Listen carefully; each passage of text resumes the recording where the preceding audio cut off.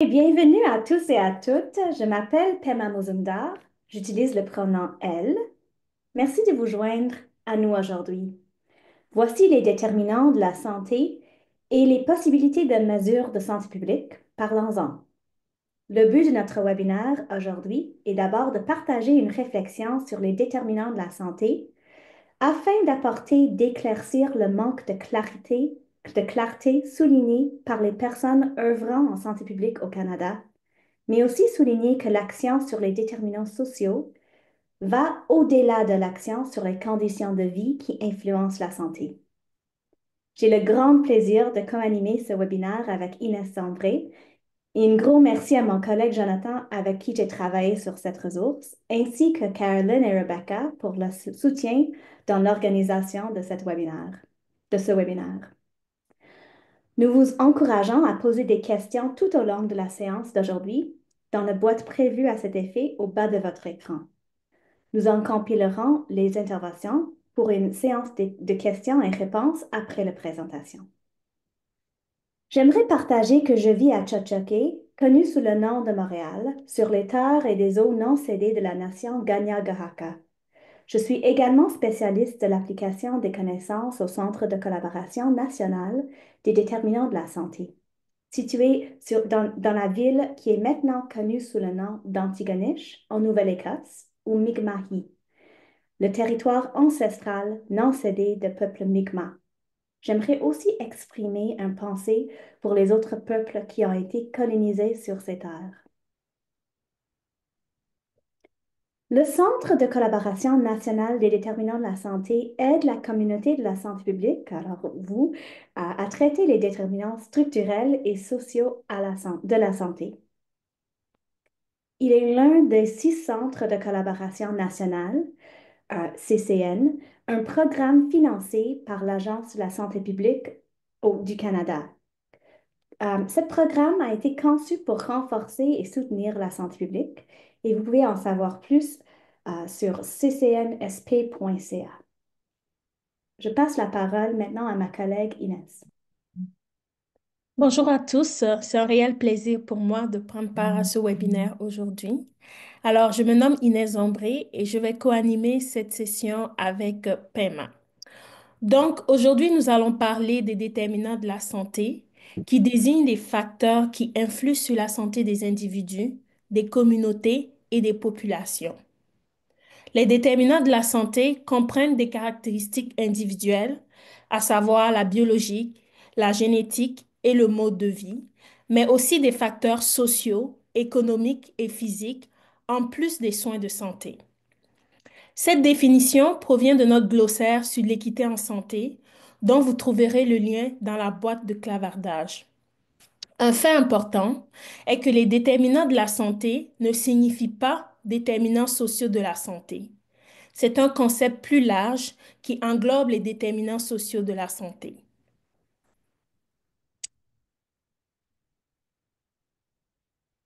À présent, nous vous invitons à rejoindre le Slido avec le code QR ou en utilisant le site web grâce au code sur l'écran.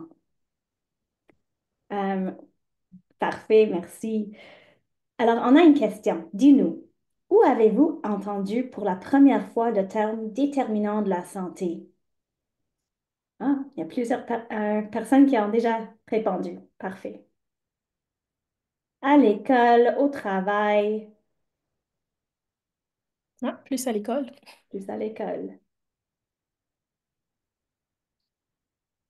J'aime le fait que ça change en temps réel. Mhm.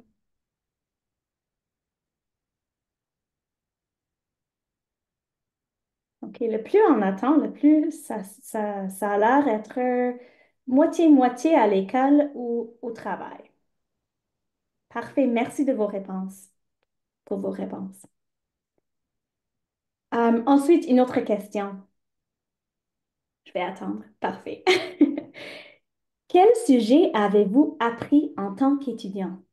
Par exemple, à l'école de sciences infirmières, dans le cadre de vos études de maîtrise en santé publique, de votre programme d'inspection de la santé publique peut-être, et plusieurs.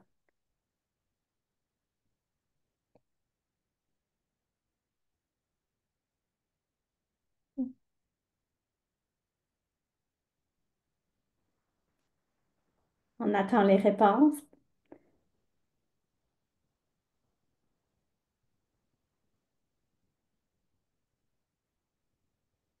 Hmm, intéressant. Très intéressant.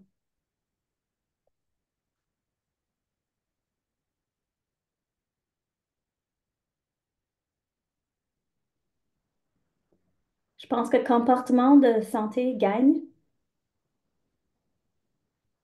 si Oui. c'est si c'est une compétition. Qu'est-ce que vous en pensez, Inès? Oui, je pense que à date, c'est le sujet le plus prédominant et ça va justifier certains de nos slides, de nos diapositives plus loin. Oui, merci. Et merci à vous pour vos réponses encore. Alors, une dernière question. Quel déterminant de la santé connaissez-vous le mieux maintenant?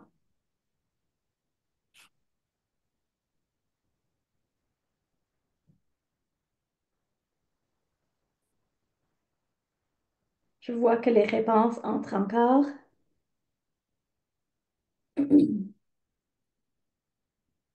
Alors, une grande majorité dit déterminants sociaux de la santé, Exact. avec quelques réponses structurelles, politiques, commerciaux. Mhm. OK, merci beaucoup pour vos réponses, pour une belle participation. Je passe la parole encore à ma collègue Inès. Merci, Pima. Alors, comme on peut le voir sur cette diapositive, la santé publique tire ses origines de la justice sociale. Elle a commencé par se concentrer sur les déterminants sociaux et structurels de la santé, puis s'est progressivement penchée sur la science de laboratoire et le changement de comportement. Cela peut expliquer le fait que beaucoup d'entre vous ont sélectionné euh, dans, lors de la question précédente, ont sélectionné le changement de comportement en santé. Aujourd'hui, l'attention et l'intérêt sont croissants pour ce qui est des déterminants sociaux, écologiques et commerciaux de la santé. Le graphique sur cette diapositive montre que le nombre d'articles publiés par PubMed sur les déterminants structurels de la santé ont connu une croissance durant les dernières années. Il y a quelques semaines de cela, l'Association de santé publique de la Colombie-Britannique a tenu la première conférence mondiale sur la santé publique axée sur les déterminants commerciaux de la santé. À cette conférence se trouvaient des partenaires de l'OMS qui ont profité de l'occasion pour partager les nouvelles d'un prochain rapport sur ce sujet. Aussi, il y a quelques années de cela, en collaboration avec l'Agence de santé publique du Canada, des leaders ont apporté l'initiative EDGE à la santé publique en mettant l'accent sur les déterminants écologiques de la santé et sur la nécessité d'adopter ce qu'ils ont appelé une approche éco-sociale.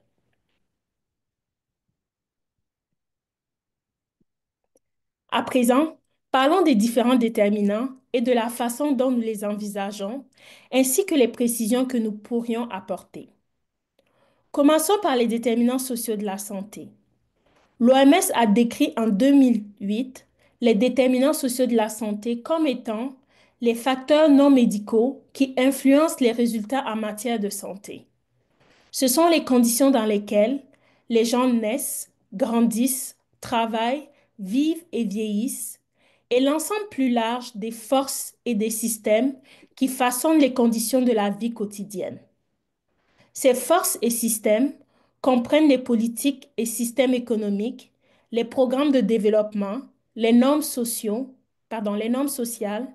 les politiques sociales et les systèmes politiques.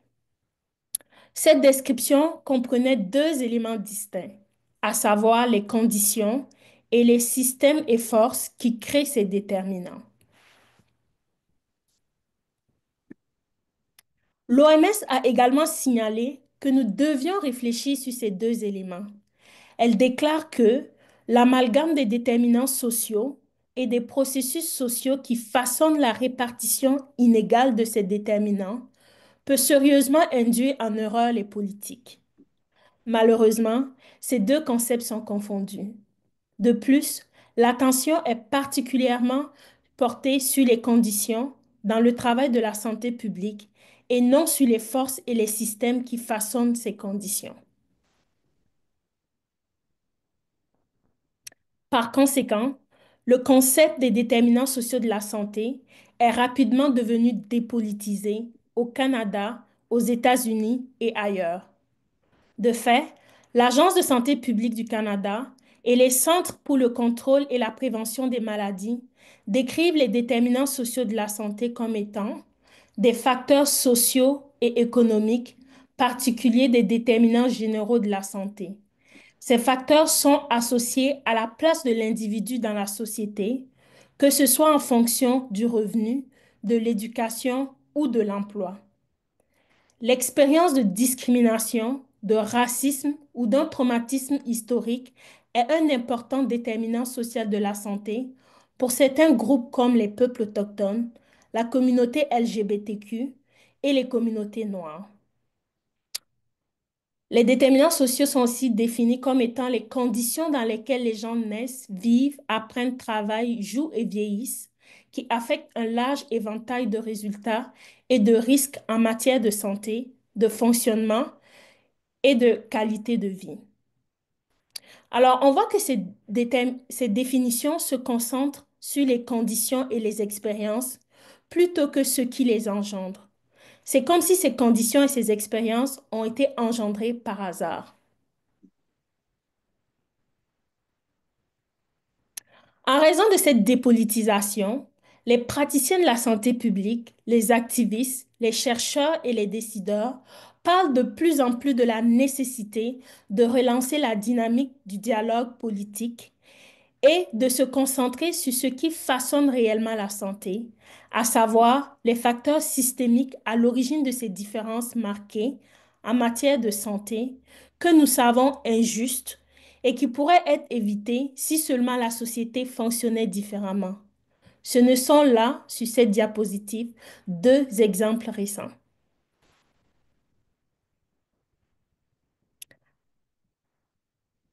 Merci Inès. Donc, je vous ai partagé quelques liens dans le chat. J'espère que tout le monde peut les voir.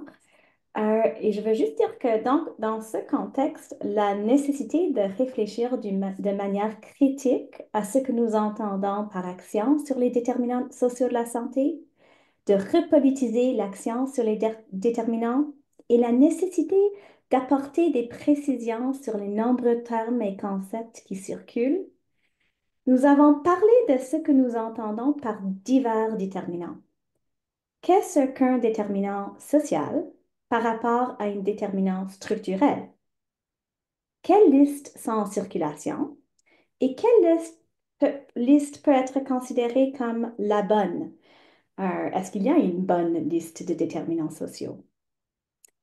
Une fois que nous nous sommes plongés sur la question, nous avons remarqué que beaucoup de ces listes mélangeaient ce que l'on entend par attribut, comme la race, le sexe ou la capacité, avec d'autres facteurs sociaux et économiques comme les réseaux de soutien social et le revenu, et des conditions de vie quotidiennes comme les conditions de travail. Certaines des personnes que nous avons consultées ont souligné qu'une liste unique, de par sa nature, est également assez décontextualisée.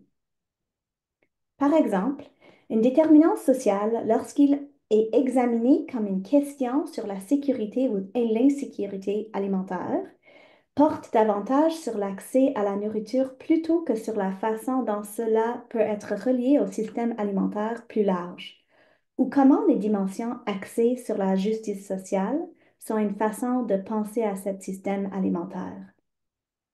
Donc, plus nous avons comparé les listes, plus nous avons réfléchi à ce que nous pourrions faire pour faire évoluer les conversations, nous éloigner d'une liste finie de facteurs apparemment discrets et penser de manière plus intégrée à plusieurs niveaux. Je te passe la parole, Inès, pour élaborer. Merci, Clément.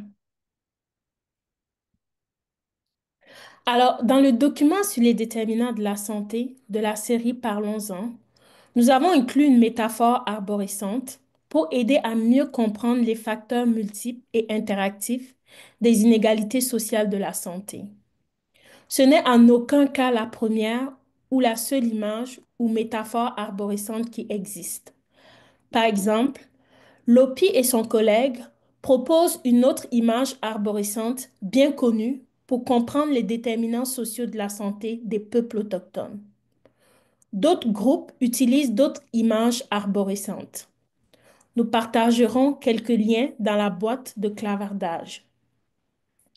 Alors, dans l'arborescente présentée, l'arbre possède des éléments interconnectés, à savoir les feuilles, le tronc, les racines et le sol.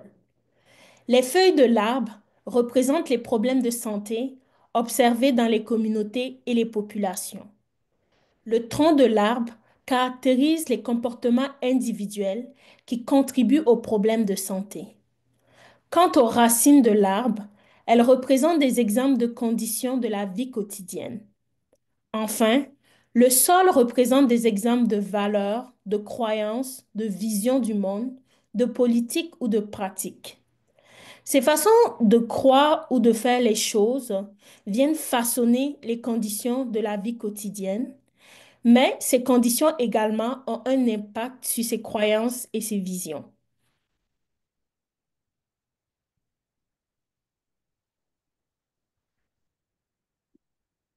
Alors, une autre question pour vous. Quels sont certains des résultats en matière de santé mentale et physique qui préoccupent la communauté de la santé publique? Autrement dit, qui vous préoccupe? Alors, prends ton temps, pense, on attend vos réponses.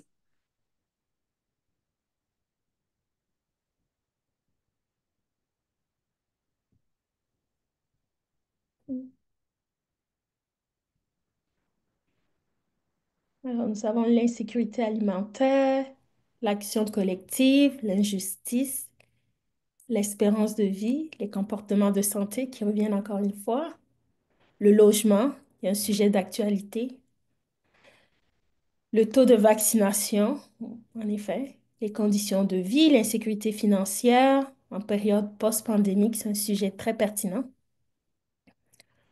la qualité de vie, l'exclusion sociale, drogue toxique, l'accès aux populations vulnérables.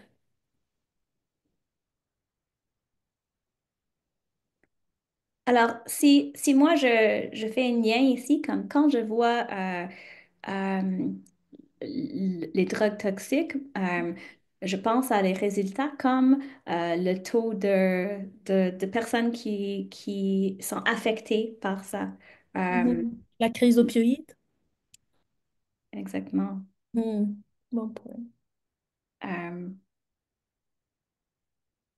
Oui, pareil aussi pour le taux de vaccination, c'est que davantage en santé publique, nous avons ce rôle et ce mandat-là de promouvoir la vaccination, surtout dans un contexte post-pandémique, avec la mésinformation et la désinformation qu'il y a eu pendant la pandémie. C'est encore des répercussions aujourd'hui sur la capacité et le désir des individus de se faire vacciner. alors, encore une fois, un des taux un des résultats que je pense à, c'est le numéro de personnes qui ont de la grippe ou qui Mhm. développent la COVID-19 ou euh, je, je vois le taux de vaccination puis je pense à le résultat qui est lié avec ça. Mhm. Et Euh, même actuellement, avec la recrudescence de certaines maladies évitables par la vaccination, comme la rougeole, qui refait surface chez les enfants. oui, exactement, c'est une bonne façon d'amener le présent Oui. réel dans les discussions. Merci Inès. OK, merci pour vos réponses. Beaucoup de réponses. Parfait. On va voir la prochaine diapo.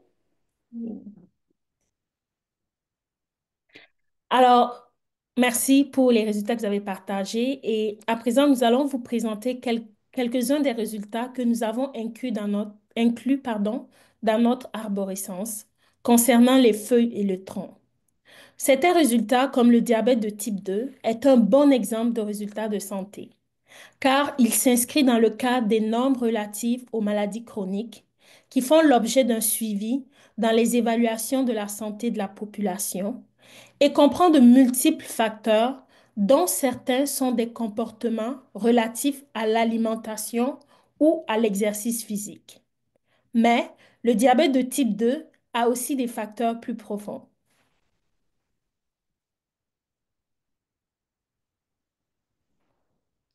Merci. Alors, une autre question pour parler de ces conditions plus profondes. Quelles quelles sont certaines des conditions de la vie quotidienne qui influencent ces résultats? Mhm.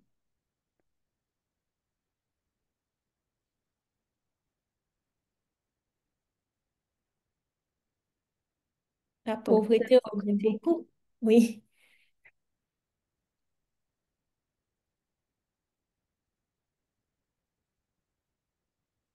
Statut socio-économique, le soutien, le niveau d'éducation, le revenu,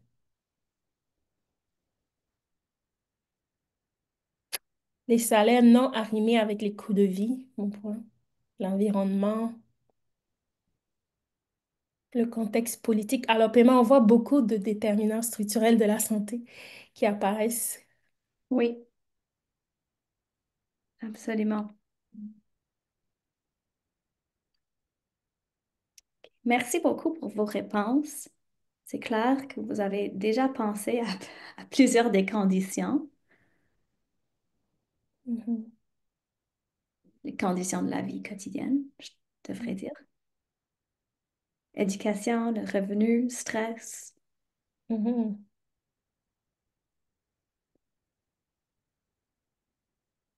Parfait. Merci beaucoup. Il y a deux participants en train de taper. On va les laisser Mhm. se L'accès mettre. aux services de santé. Oui.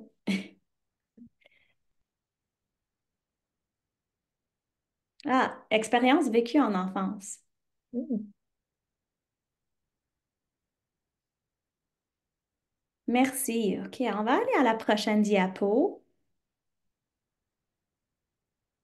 Donc, à ce qui a trait aux racines de l'arborescence, elles représentent les conditions de vie quotidienne qui exercent une influence directe ou indirecte sur les résultats en matière de santé.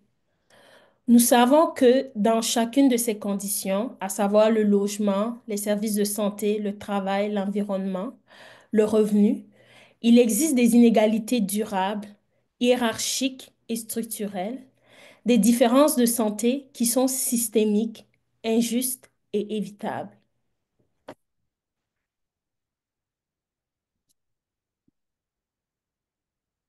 Je sais qu'on vous sollicite beaucoup, mais je trouve que ça nous donne une belle opportunité d'être en conversation avec vous, même si on n'est pas en personne ensemble, euh, si on est ensemble seulement virtuellement. Euh, Mhm, Quelles sont les valeurs sous-jacentes, les visions du monde, les politiques, les pratiques qui façonnent les expériences des gens pour ce qui est de ces conditions de la vie quotidienne? mhm, Alors, ça veut dire, on te demande une liste assez variée. Vous pouvez penser aux valeurs, vision du monde, politique ou pratique. mhm, Euh,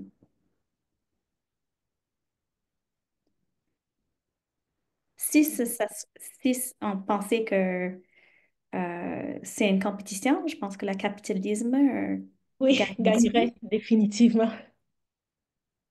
Le néolibéralisme, le colonialisme, oui. Inclusion, Mhm. patriarcat, est-ce que je l'ai bien dit? Oui, le patriarcat. Mhm. Peu d'argent dans la prévention, promotion de la santé. Je suis tout à fait d'accord avec vous.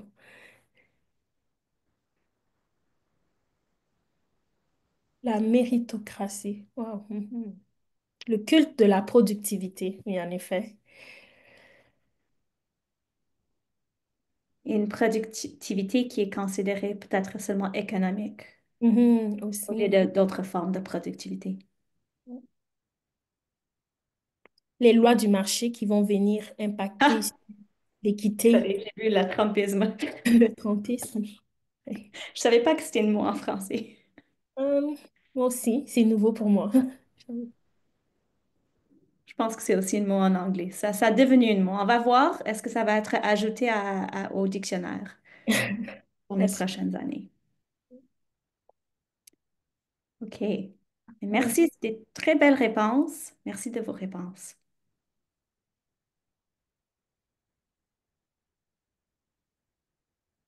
C'est quoi la loi civité? Loi civeté? Parce que c'est pas un mot que je connais, mais je vais le regarder. Alors, on va se rendre à la prochaine slide, s'il vous plaît. Donc, on a parlé des feuilles, du tronc, des racines et le, on va à présent parler du sol de notre arborescence. Donc, nous avons inclus les visions du monde, principalement comme ben, la plupart de celles que vous avez citées, mais aussi la suprématie blanche, qui caractérise la croyance que le blanc et la blancheur sont considérés comme meilleurs. Nous avons également inclus le capitalisme, comme vous l'avez souligné, qui, poussé par des valeurs selon lesquelles plus de biens matériels et plus de croissance économique sont mieux que toute autre chose. Nous avons aussi inclus les politiques et lois passées, comme le pensionnat, l'esclavage, les politiques actuelles, par exemple la prestation d'invalidité insuffisante, et les pratiques actuelles telles que les pratiques d'embauche, la pollution atmosphérique ou l'extraction de combustibles fossiles. Bien évidemment, cette liste n'est pas exhaustive et si jamais vous réfléchissez à votre propre arborescence avec votre équipe, peut-être trouverez-vous un ensemble différent de choses. Nous vous invitons, en fait, vous pouvez ajouter ce qui vous auriez inclus dans le sol ou les autres choses qui, selon vous, affectent les conditions de la vie dans la boîte à outils. Fait qu'on vous invite à inclure cela si il y a des éléments qui n'ont pas été mentionnés et que vous jugez importants, vous pouvez nous le mentionner dans la boîte à outils. Prochaine slide, s'il vous plaît. Alors ici, on vous invite encore en réfléchissant sur votre propre contexte au niveau local, où se trouve votre travail actuel, fait, où se trouve, en réfléchissant sur votre propre contexte au niveau local, où se trouve votre travail actuel, où devez-vous travailler actuellement en fonction de ce qu'on voit aujourd'hui. Cela peut être aussi ce que vous apprenez à l'école. Oui, Dans pour quel les champ, étudiants. c'est ça, de l'arborescence devez-vous travailler plus?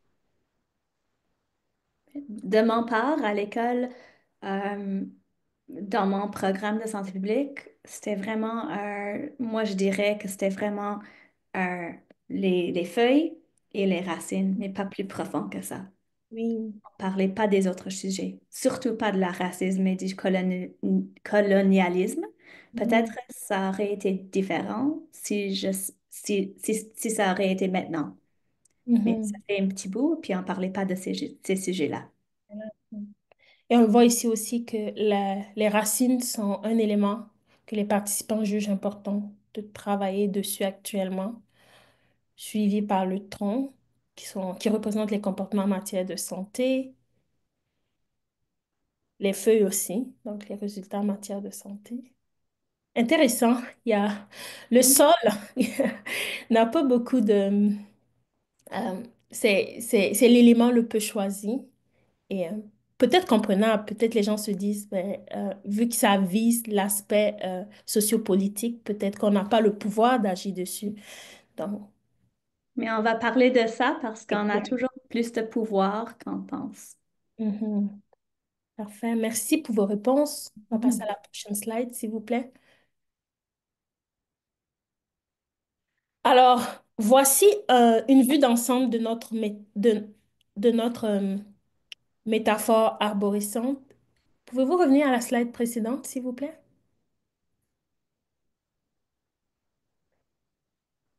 Merci. Donc, voici une vue d'ensemble. Oups. Oui, celle-là. Merci.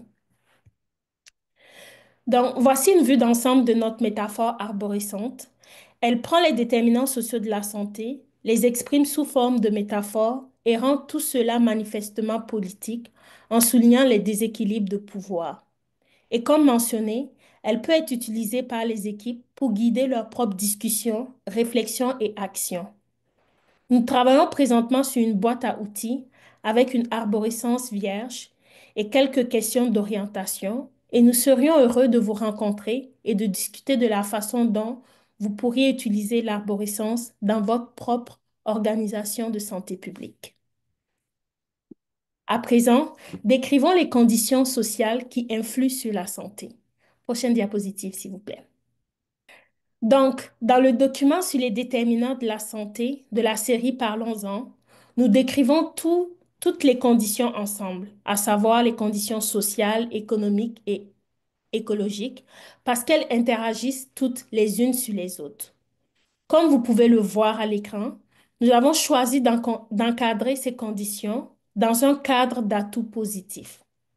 Cela nous amène à poser différentes questions, à savoir, qu'est-ce qui empêche tout le monde d'avoir ces conditions? Par exemple, qu'est-ce qui empêche tout le monde de vivre dans un environnement durable et dans un climat habitable? Qu'est-ce qui empêche tout le monde de vivre dans un environnement heureux et aimant dans lequel grandir? Est-ce les réseaux de soutien? Est-ce une communauté? Est-ce le pouvoir et l'appartenance ou les conditions de travail décentes et sûres? Plus important encore, nous indiquons que ces conditions sont créées par les déterminants structurels de la santé. Alors, quels sont-ils? Prochaine diapositive, s'il vous plaît.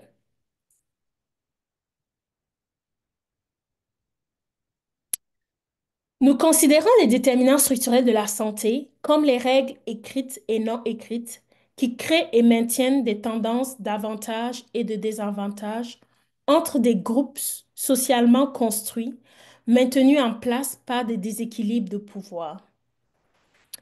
Ils prennent la forme de valeurs, croyances, cultures, normes, mais aussi de gouvernance, c'est-à-dire la façon dont s'organise la société pour prendre les décisions. Mais ils peuvent aussi prendre la forme de lois, de politiques, de règlements, de budgets, ainsi que de pratiques institutionnelles. Prochaine diapositive, s'il vous plaît. Alors, ces règles écrites et non écrites, y compris les lois, les croyances et les pratiques, créent des conditions de vie qui sont les déterminants sociaux et écologiques. Donc, nous avons déjà défini les déterminants sociaux de la santé et à ce qui a trait aux déterminants écologiques de la santé, ce sont les conditions qui permettent la vie sur la Terre. Il s'agit notamment de l'oxygène, de l'eau, de la nourriture, des combustibles et systèmes naturels qui recyclent et détoxifient de nombreuses formes de déchets. Il s'agit aussi d'une couche d'ozone qui protège contre les rayons ultraviolets du soleil, des ressources naturelles utilisées pour construire et faire fonctionner les civilisations, ainsi que d'un climat raisonnablement stable et habitable. Enfin, les déterminants écologiques de la santé interagissent avec les déterminants structurels et sociaux de la santé et agissent sur eux. Prochaine, ok, merci. Donc, nous considérons les déterminants politiques et économiques de la santé comme des sous-catégories des déterminants structurels de la santé. Voici comment nous décrivons les déterminants politiques et économiques. Donc, lorsqu'on parle de déterminants politiques de la santé, on parle des constellations du pouvoir, des institutions, des processus, des intérêts et des positions idéologiques diverses qui influent sur la santé au sein de différents systèmes et cultures politiques à différents échelons de la gouvernance. Concernant les déterminants macroéconomiques, ce sont les facteurs économiques généraux qui agissent sur la santé, notamment la régularisation du marché, la masse monétaire, les finances et les prêts, l'équilibre entre les secteurs privés et publics, la main-d'œuvre, la production et la consommation, et enfin les approches de l'économie. Les déterminants commerciaux de la santé, quant à eux, ce sont les systèmes, les pratiques et les chemins dont se servent les acteurs commerciaux pour agir sur la santé et l'équité. Alors, concernant les déterminants structurels de la santé, il faut savoir, premièrement, le pouvoir est un élément important de la façon dont nous pensons ces déterminants. Les règles et la dynamique du pouvoir ont une relation réciproque. Les règles déterminent qui a le pouvoir et les personnes qui le détiennent établissent ces règles. C'est important parce que cela nous indique ce que nous devons faire pour changer les règles, créer de meilleures conditions dans les communautés et faire avancer l'équité. Nous devons changer les rapports de pouvoir. Alors, qu'est-ce que le pouvoir? Donc, un autre document de la série Parlons-en se concentre à répondre à cette question. Mais parlons-en un peu ici. Alors, le docteur Martin Luther King Jr. a défini le pouvoir comme la capacité d'atteindre un but. La question de savoir s'il est bon ou mauvais dépend de l'objectif poursuivi. Nous pensons que si nous travaillons à faire avancer l'équité en santé, notre objectif est bon et nous devrions travailler avec d'autres pour le construire. Si vous souhaitez en savoir plus sur le pouvoir, veuillez consulter le document de la série Parlons-en et communiquer avec nous au besoin. Enfin, les déterminants structurels de la santé abritent et incarnent l'oppression structurelle. Alors, sur cette diapositive, dans la colonne de gauche, nous avons énuméré les déterminants structurels et dans celle de droite, nous présentons des exemples. Et ces exemples sont liés à trois formes d'oppression structurelle, à savoir le racisme structurel en rouge, le sexisme structurel en bleu et les inégalités structurelles des revenus en orange. Alors, Paiement, je te passe la parole pour la suite. Merci. Prochaine diapo, s'il te plaît. Parfait. Vous savez peut-être que nous avons une balado qui s'appelle Mind the Disruption. Les épisodes et les entrevues se déroulent en anglais, mais nous produisons des transcriptions et des documents d'accompagnement en français pour chaque épisode et je les trouve vraiment utiles, moi, personnellement. Voici une partie traduite d'un épisode sur les effets inégaux de l'urgence climatique sur la santé. Il souligne le fait que ces inégalités ne sont pas seulement le fait du hasard. Il s'agit des effets différentiels de santé de l'ouragan Katrina sur les communautés noires à faible revenu de la Nouvelle-Orléans. Je pense que cela montre comment l'oppression structurelle, en particulier ici le racisme contre les personnes noires, est abritée par et incarnée dans de nombreux niveaux, et comment différents déterminants interagissent. Bernice, l'animatrice du balado, parlait du fait que les décideurs ont fait beaucoup d'hypothèses dans leur plan d'évacuation, comme celle selon laquelle les résidents auraient accès à une voiture, seraient en mesure de s'absenter du travail, auraient les ressources financières pour subvenir à leurs besoins pendant l'évacuation et auraient des réseaux de soutien et des personnes avec qui rester en dehors de la ville. Elle disait aussi que ce n'était pas le cas pour de nombreux résidents à faible revenu, dont la majorité étaient des personnes noires. En raison de ces barrières, beaucoup ont été laissés derrière et ont été plus exposés à la montée des eaux que leurs homologues blancs plus riches. La façon dont la ville a choisi de se reconstruire a eu pour effet d'exclure encore davantage des communautés noires de la possibilité d'avoir un endroit où se sentir chez soi. Ce sont des déterminants structurels qui sont à l'œuvre. Merci. Euh, Puis Rebecca, si vous pouvez juste cliquer encore, je pense que les autres boîtes vont rentrer. Merci. Euh, Ce que l'invité Imara a dit dans cet épisode, c'est que la santé publique peut travailler dans tous les secteurs avec les organisateurs communautaires pour changer les conditions de la vie quotidienne, en particulier pour les communautés qui vivent une une marginalisation, j'ai toujours la misère avec ce mot, structurelle. Nous pouvons travailler pour améliorer les conditions de logement et de revenus. Nous pourrions faire ce qui est en notre pouvoir pour nous assurer que les membres des communautés les plus touchées éclairent les plans de préparation aux situations d'urgence. Et que les membres des communautés identifient les messages et les plans qui seraient les plus efficaces pour eux.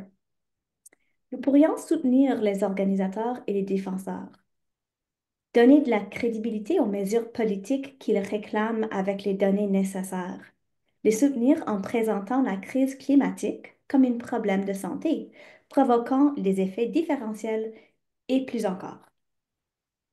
Ce sont toutes des occasions de transformer les règles écrites et non écrites et de renforcer le pouvoir communautaire.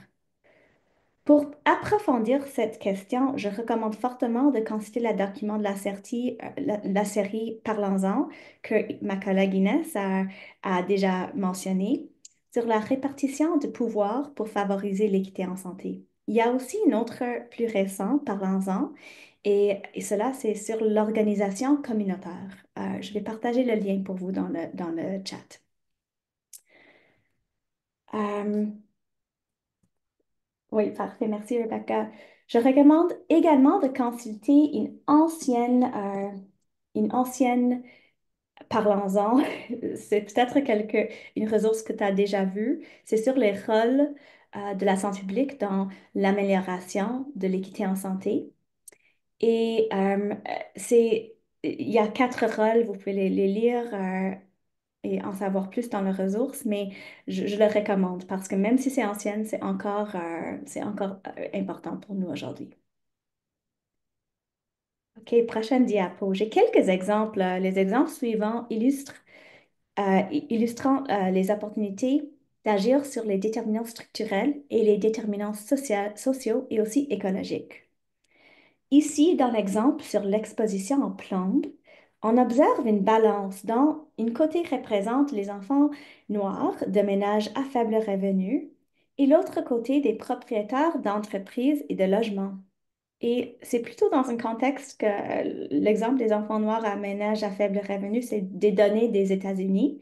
Mais ça se peut fortement que c'est le cas ici aussi, c'est juste qu'on n'a pas les mêmes données. Euh, alors, nous connaissons toutes les problématiques de santé associées à l'exposition aux plombes. Quel déterminant structurel est responsable de cette situation? Aux États-Unis, les tribunaux ont jugé que les propriétaires d'entreprises n'étaient pas légalement responsables des peintures aux plombes produites il y a plusieurs dizaines d'années, ce qui démontre le pouvoir de l'industrie dans ce pays. Par ailleurs, aux États-Unis comme au Canada, les propriétaires ne sont pas tenus de procéder à des travaux d'assainissement, c'est-à-dire de rendre leurs biens sûrs, même s'ils savent leur location présente ont des taux de plomb élevés. C'est une autre démonstration de pouvoir des propriétaires de logements qui influencent ces déterminants structurels de la santé. Il n'existe toujours pas de réglementation au niveau fédéral pour protéger les enfants vivant au Canada contre l'exposition aux sources historiques de peinture au plomb présentes dans les logements anciens. L'approche typique de la santé publique pour aborder l'exposition au plomb est de tester, traitement après l'exposition, ainsi que l'éducation. Aussi, la santé publique pourrait jouer un rôle transformationnel en plaidant pour des exigences de réduction de plomb et pour des réglementations plus strictes sur les produits chimiques dangereux. Il y a un autre exemple qui est un peu plus prometteur pour vous inspirer. Ici, on a sur un côté les propriétaires d'entreprises, euh, grandes surfaces de vente, au détail, services, etc. Et l'autre côté des travailleurs et groupes d'organisateurs des travailleurs. Les personnes qui occupent des emplois de services peu rémunérés, un pourcentage élevé de personnes qui travaillent dans des restaurants, par exemple, n'ont pas de congé de maladie payé pour prendre soin de leur famille ou d'elles-mêmes lorsqu'elles sont malades. Ce qui est devenu un enjeu important pendant la pandémie, pendant la COVID-19. Lorsque toute personne malade ou exposée à la maladie devait s'isoler ou se mettre en quarantaine. Les travailleurs et les groupes organisateurs des travailleurs au Canada et aux États-Unis préconisent des exigences en matière de prévention de la détérioration importante. L'acronyme, c'est PSD, depuis quelques décennies. Pendant la COVID-19, il y avait des points chauds dans différents endroits du pays. Des groupes comme l'Association of Local Public Health Agencies, en anglais c'est ALPHA, en Ontario, ont plaidé pour des mandats dans le contexte des exigences en matière de PSD. Certaines provinces ont mis en place cette exigence. De même, aux États-Unis, les travailleurs se sont mobilisés, se sont alliés à d'autres groupes, par exemple les propriétaires de petites entreprises, ont établi des partenariats avec la santé publique et ont changé le discours en utilisant le cadre de la santé publique. Cela leur a donné plus de pouvoir que les propriétaires des grandes entreprises ou les chambres de commerce, qui continuent qui continue à qualifier la PSD de destructrice d'emplois, malgré l'absence des données probantes. Les politiciens qui, pendant nombreuses années, étaient contre le PSD, ont commencé à écouter et à satisfaire aux exigences en matière de PSD dans de nombreuses villes aux États-Unis, comme San Francisco, Minnesota, etc. Les règles ont été modifiées lorsque les travailleurs se sont mobilisés et ont établi des partenariats avec la santé publique. C'est un bel exemple de rôle transformationnel de la santé publique. La santé publique a fourni des données dans des campagnes de plaidoyer, a témoigné et a fait de l'éducation publique à travers des articles d'opinion, etc. Et tout ça, ça aide. Alors, dernier exemple à vous partager. Euh, Ça, c'est un exemple où la santé publique pourrait jouer un rôle plus transformationnel. Vous en savez peut-être un peu sur le racisme environnemental. Peut-être pas, peut-être. Euh, le racisme environnemental, c'est l'emplacement intentionnel de déchets toxiques près des communautés autochtones et racisées qui a des impacts inéquitables liés au cancer, à la santé reproductive et plus encore. Récemment, après de nombreuses recherches menées en partenariat avec des défenseurs de la communauté et des organisations agissant en coalition, une loi nationale a été adoptée pour lutter contre le racisme environnemental partout au Canada. Vous avez peut-être entendu de ça dans les nouvelles parce que c'est assez récente. Si vous écoutez l'épisode 1 de la saison 2 de notre balado, c'est le balado encore que je mentionne, vous entendrez que la santé publique a manqué quelques occasions de vraiment s'engager dans cette question de racisme environnemental, qui implique évidemment des multiples déterminants, les déterminants sociaux, écologiques et structurels, y compris commerciaux de la santé. Les chercheurs de projet Enrich et les membres des communautés affectées ont collaboré avec plusieurs partenariats pour apporter la loi. Toutefois, la santé publique pourrait tirer parti de ces collaborations en appuyant la mise en œuvre de cette loi à l'échelle locale.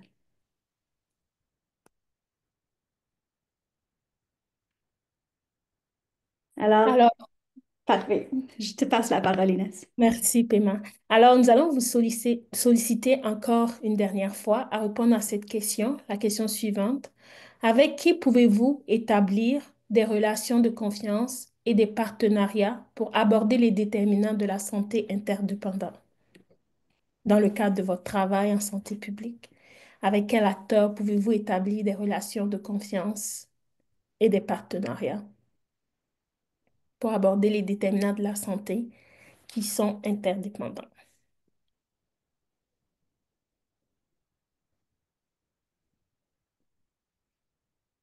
milieu communautaire, oui. Les municipalités, milieu politique, la banque alimentaire, les associations, oui, particulièrement les associations en santé publique, les Quelques entreprises. acronymes ici. Oui. Je ne les connais pas tous, mais beaucoup de partenariats qui sont mentionnés. Oui, surtout les populations affectées, oui, avec leur savoir expérientiel, peuvent contribuer. Collègues des différentes équipes, politiciens, enseignants, Tout les à fait. étudiants. Oui. Alors, merci beaucoup pour vos réponses très diversifiées.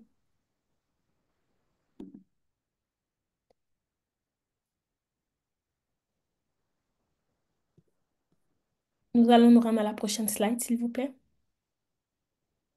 Alors, nous sommes rendus à la période des questions et réponses et nous allons vous inviter à nous faire part de vos questions dans la boîte de clavardage que nous allons répondre sous peu.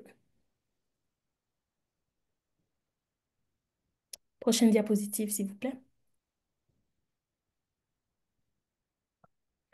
Donc, nous terminons en vous présentant quelques nouvelles ressources du CCNDS qui pourraient être pertinentes pour qui pourraient être pertinentes pour votre équipe. Donc, nous vous invitons à les consulter. Alors, Pema, je te passe la parole. OK, merci. Je regarde la boîte de questions ici. Il y en a un que je peux répondre assez facilement. Ça vient de Nathalie Brault. Ça dit, aurons-nous accès au PowerPoint? Nous, on partage toujours un enregistrement de l'événement, de ce webinaire sur notre canal YouTube. Alors, ça va être dans ton boîte de courriel dès que c'est prêt. Euh, j'ai une autre question ici qui vient de Jade Pelletier. Avez-vous des exemples de déterminants commerciaux? Très bonne question. C'est une très bonne question. Peut-être Mhm. on peut retourner à Rebecca. Je ne sais pas si c'est possible de reculer au, au diapo, je ne sais pas le numéro, mais qui mentionne la définition des déterminants commerciaux. Moi, je dirais que ce qu'on voit actuellement aux États-Unis à ce moment nous donne une très bonne idée de les déterminants commerciaux mélangés avec les déterminants politiques Mhm. et comment ça influence la santé. Alors, ici, notre définition qu'on a mis sur le diapo, c'est les systèmes, les pratiques et les chemins dont se servent les acteurs commerciaux pour agir sur l'équité, sur la santé et sur l'équité. Alors, une très facile, vite comme réponse à un exemple, c'est les compagnies pharmaceutiques, les vaccins, même le fait que nous, on ait posé la question, euh, comme moi, quand je suis allée au CLAC pour ou pas au CLAC, clinique de vaccination. Je sais pas, je le sais où c'est à 900 Maisonneuve. Mais pour mon vaccin de COVID-19 et la grippe, ils m'ont demandé quel vaccin est-ce que vous préférez? C'est Moderna Mhm. ou c'est Pfizer? Juste le fait qu'on a un choix que il y a des différents contrats qui se fait, c'est pas exactement une déterminant commerciaux pour nécessairement Mhm. l'équité, mais Mhm. c'est le fait qu'il y a euh, il y a des compagnies qui Mhm. sont dans le mélange de facteurs Mhm. qui influencent les choix. Un exemple beaucoup plus facile, c'est les compagnies de Coca-Cola, Mhm. de boissons gazeuses, de sucre, où est-ce qu'ils se situent dans les écoles, où est-ce qu'on voit la publicité, etc. Alors, je pense que Inès, probablement, vous pouvez ajouter dans toutes mes... Oui, certainement. Et je pense que aussi le CCNDS a une ressource par rapport aussi, il y a un document qui a été publié sur déterminants commerciaux. Peut-être que ça serait une bonne idée de le partager dans la boîte de clavardage pour que Et les la gens recherche. s'informent plus. Mais je dirais, pour ma part, pour compléter à ce que tu as dit, paiement, c'est qu'il faut retenir que les déterminants commerciaux, euh, en fait, ça désigne la manière dont les acteurs du secteur commercial, leurs produits et leurs pratiques. Fait que c'est une combinaison de tous ces éléments. Fait que leurs pratiques et leurs produits influent sur la santé. Fait que, certains de ces produits-là, comme par exemple le tabac, l'alcool, l'agroalimentation, l'agroalimentation ou encore le type d'énergie qu'on choisit, qui ont été déployés, peuvent en fait avoir un impact sur la santé et même peuvent avoir un impact sur les politiques qui sont relatives à la lutte contre les maladies ou pour réduire l'équité en santé. Fait que j'aimerais ici qu'on retienne que c'est vraiment euh, euh, comment dirais-je, un ensemble en fait ici. C'est un ensemble des produits et aussi des pratiques. C'est une addition des produits et des pratiques qui influencent sur la santé. Donc, ça peut être vu comme les produits, mais aussi comme les manières de faire au niveau du secteur commercial. Exactement. Merci pour compléter la réponse. Euh, merci, Inès. Je partage le lien que je pense que tu as mentionné là. Je l'ai partagé. C'est un peu l'article qui est une très bonne ressource pour Je ne l'ai bien pas lu comprendre. personnellement, mais je me suis rappelé qu'il y avait une ressource là-dessus. Fait que ça serait un bon complément ici. Je pense qu'on a le temps peut-être à une autre question.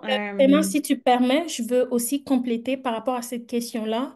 On a Kathleen Pelletier qui nous a partagé une série d'articles dans le lien qu'on pourrait peut-être aussi partager aux autres participants sur la question Oui, tout à des fait. Je pense terminaux que c'est la commerciaux. même.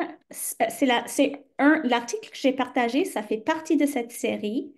Le série, c'est en anglais. Je viens juste de copier-coller ce que Kathleen Pelletier a écrit là. Euh, nous l'avons résumé en français, mais les articles sont en anglais. Euh, Shiraz Meziani a demandé, avez-vous des ressources sur les déterminants écologiques? Il y en a quelques-uns. Je peux ajouter ça à notre suivi qu'on fait avec les participants de webinaire. Alors, euh, restez à l'affût de votre boîte de courriel et on va rajouter les liens sur des déterminants écologiques dans les courriels de suivi. Étant donné qu'on est à 11h58, je pense qu'on n'a pas nécessairement du temps pour beaucoup d'autres questions. Je Ok, lis super. vitement une Il question en ici. restait une dernière que on pourra En répondre. premier, je vous remercie pour cette riche présentation. Est-ce que le niveau de littératie en santé est pris en compte de votre approche de définition des déterminants sociaux de santé? Merci. C'est une bonne question. Moi, absolument, ça fait partie. On n'a jamais dit que la liste de conditions de vie a été euh, compréhensive ou a été comprehensive en anglais, mais peut-être que c'est pas le bon mot en français, mais on n'a jamais dit que c'était le liste de toutes les conditions. Exhaustif. Mhm. C'est des exemples de conditions de vie. Alors, moi, je pense à ça et je pense que ça rentre dans les conditions qu'on a décrites de la qualité de l'éducation, les opportunités d'avoir euh, une éducation qui est complète et qui te donne le pouvoir dans la société. Alors, moi, je le rentrais dans ces conditions-là, mais ça peut être une condition euh, toute seule aussi. Mhm. Puis je compléterai aussi à ce que tu as dit, Paiement. Le niveau de la littératie, oui, on en tient compte, mais il faudra aussi souligner qu'on parle nos contenus et nos définitions ciblent les praticiens en santé publique. Fait que c'est sûr que ça peut être un niveau de littératie plus élevé si on parle de monsieur et madame tout le monde par rapport à la définition de notre approche de définition des déterminants sociaux de la santé. Mais je veux rappeler ici que l'audience visée avec nos produits, c'est vraiment les praticiens de la santé publique. Merci, Ina, c'est un très important point là. Euh, Nous ferons plaisir d'accueillir votre avis sur la façon dont nous pouvons améliorer les séances futures. Alors, n'hésitez pas à compléter une évaluation de l'événement aujourd'hui. Ça nous aide extrêmement quand on voit les évaluations et tes commentaires. Et merci de vous être jointe à nous et pour votre belle participation aujourd'hui. Je vois plein de corps et de pouces en haut pour nous. Alors, je te lance des corps aussi. Je vous lance des cartes aussi. Merci. Merci. Bonne fin de Merci journée. à Inès et à mon équipe. Le plaisir.